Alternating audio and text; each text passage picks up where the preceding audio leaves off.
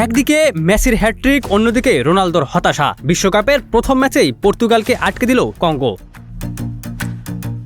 FIFA বিশ্বকাপের মঞ্চে বড়সড় ধাক্কা খেল পর্তুগাল। অনেকেই ভেবেছিলেন রোনালদোর দল সহজেই জয় তুলে নেবে, কিন্তু মাঠের গল্পটা ছিল একেবারেই ভিন্ন। ম্যাচের মাত্র ৬ মিনিটেই জোয়াও নেভেসের গোলে এগিয়ে যায় পর্তুগাল। মনে হচ্ছিল ইউরোপিয়ান জায়ান্টরা হয়তো বড় ব্যবধানে জিততে যাচ্ছে, কিন্তু হাল ছাড়েনি কঙ্গো। প্রথমার্ধের যোগ করা সময়ের শেষ মুহূর্তে আর্থার মাসুয়াকুর দুর্দান্ত এক ক্রস থেকে হেডে গোল করেন ইওয়ান উইসা, আর তাতেই ম্যাচে ফিরে আসে আফ্রিকান এই দলটি।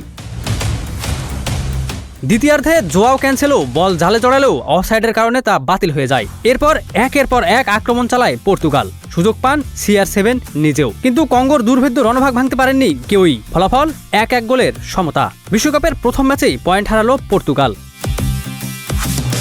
তবে ম্যাচটি স্মরণীয় হয়ে থাকবে ক্রিস্টিয়ানো রোনালদোর জন্য। টানা ষষ্ঠ বিশ্বকাপে খেলতে নেমে তিনি স্পর্শ করেছেন লিওনেল মেসির গড়া রেকর্ড। পাশাপাশি ৪১ বছর ১৩২ দিন বয়সে বিশ্বকাপের দলের হয়ে মাঠে নামা সবচেয়ে বেশি বয়সী আক্রমণ ভাগের খেলোয়াড় হওয়ার কীর্তিও গড়েছেন CR7। এখন দেখার বিষয় প্রথম ম্যাচের এই হোঁচট কাটিয়ে উজবেকিস্তানের বিপক্ষে ঘুরে দাঁড়াতে পারে কিনা রোনালদোর পর্তুগাল।